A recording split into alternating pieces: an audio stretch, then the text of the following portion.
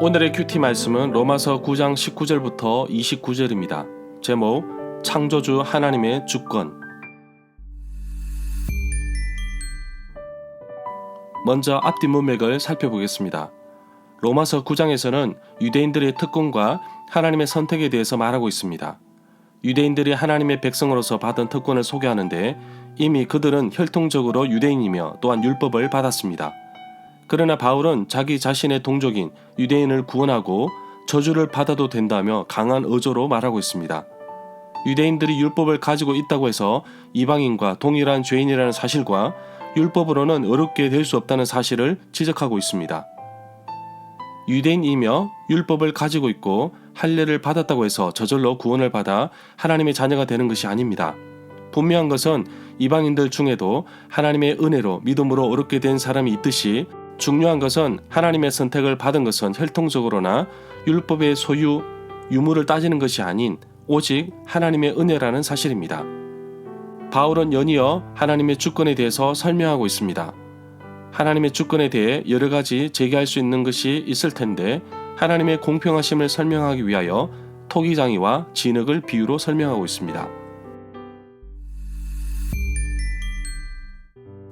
문단을 나눠보겠습니다. 19절부터 23절은 토기장이 하나님, 24절부터 29절은 하나님의 부르심. 19절에 보면 혹시 어떤 사람이 그렇다면 어찌하여 하나님께서는 우리가 잘못하였다고 우리를 책망하시는가? 누가 감히 하나님의 뜻을 거역할 수 있단 말인가?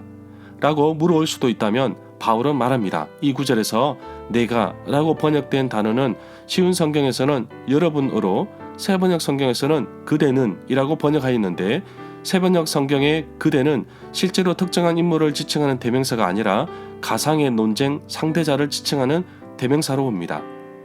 하나님의 자비로우신 선택에 대한 또 하나의 반문입니다.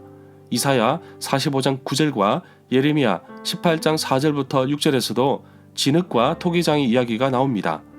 진흙이 토기장에게 그 어떠한 요구도 할 수 없듯이 하나님의 자유로우심을 설명하고 있습니다. 20절에 보면 이 구절은 구약 성경을 인용한 것은 아니지만 이사야 29장 16절과 45장 9절에 유사한 내용이 나옵니다.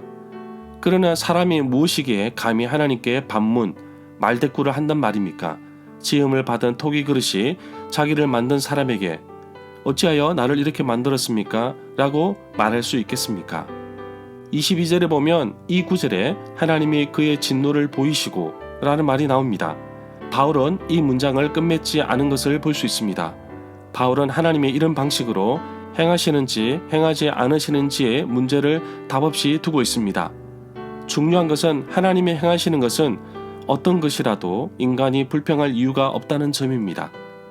하나님이 이스라엘 백성을 구원하시기 위해 9장 17절에서 말씀하셨듯이 진노의 대상인 믿지 않는 유대인들을 들어서 이방인을 구원하고 그 후 유대인을 구원하기 위한 하나님의 계획을 보여주고 있습니다. 이 내용은 로마서 11장 25절부터 32절에 나옵니다.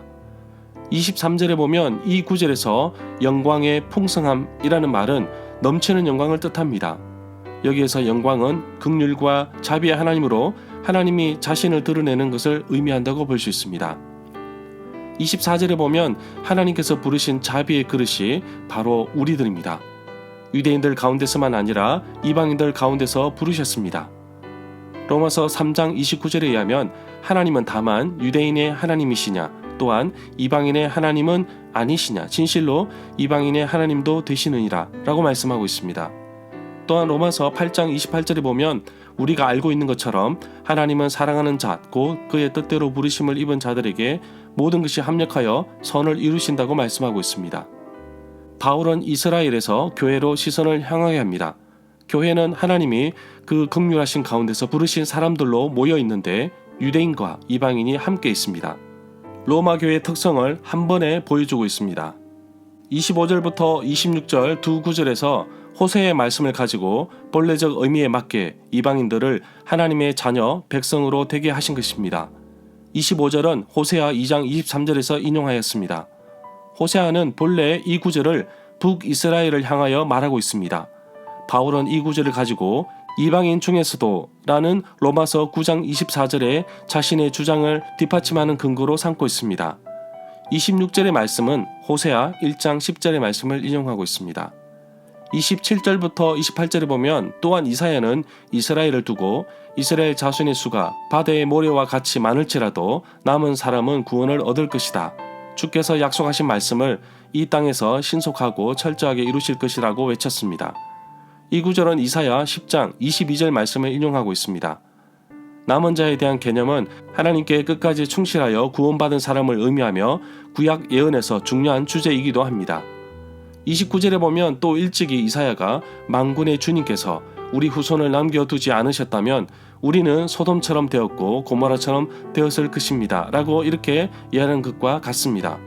이 구절은 이사야 1장 9절의 말씀을 인용하였습니다.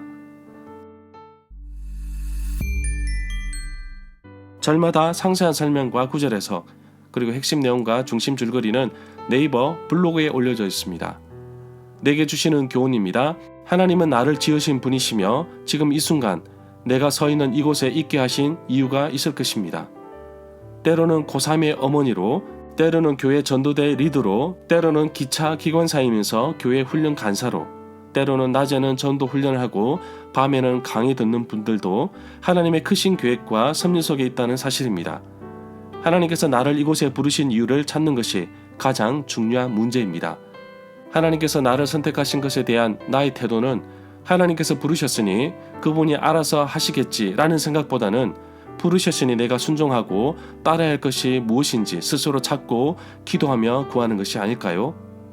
유대인들은 그들의 혈통과 율법에 사로잡혀 너무나 큰 오해와 잘못 이해하는 현상까지 생기는 것을 볼 수 있습니다. 나의 잘못된 판단과 사고와 생각으로 인해 멀리 내다보지 못하고 늘 혼자 힘들어하곤 하였습니다. 나의 생각을 넓혀 이제는 하나님의 은혜를 받은 자로서 내 뜻보다는 하나님의 뜻을 구하고 나를 만드시고 빚으신 이유를 찾고 기도하며 도전하게 하옵소서. 하나님께서 부르신 자비의 그릇이 바로 우리들입니다. 하나님께서 각 사람의 개성대로 빚으셨기에 너무나 다양하고 다릅니다. 하나님은 교회라는 공동체를 통하여 하나님의 뜻을 이루어 가십니다. 유대인 중에서 자신들은 자동적으로 구원받았고 이방인들은 무조건 죄인이라는 그런 사고방식이 팽배하였는데 그럼에도 불구하고 유대인 가운데서도 하나님은 선택하셨고 이방인들 가운데서도 하나님께서 부르신 분들이 계시니 복음을 전하는 데에 있어서 사람을 가리지 말고 누구든지 복음을 듣는 자들에게 도전하기를 원합니다. 하나님께서 특별하고 아름답게 만드시고 빚으신 그릇이 있는데 바로 나 자신입니다. 그래서 나는 하나님의 자녀인 동시에 아주 귀한 존재입니다. 오늘 하루 내가 서 있는 그곳에서 삶이 예배가 되게 하시고 하나님이 나를 만드신 이유와 나를 보내신 이유와 내가 무엇을 하길 원하는지 그 뜻을 발견하는 하루가 되기를 간절히 소망합니다.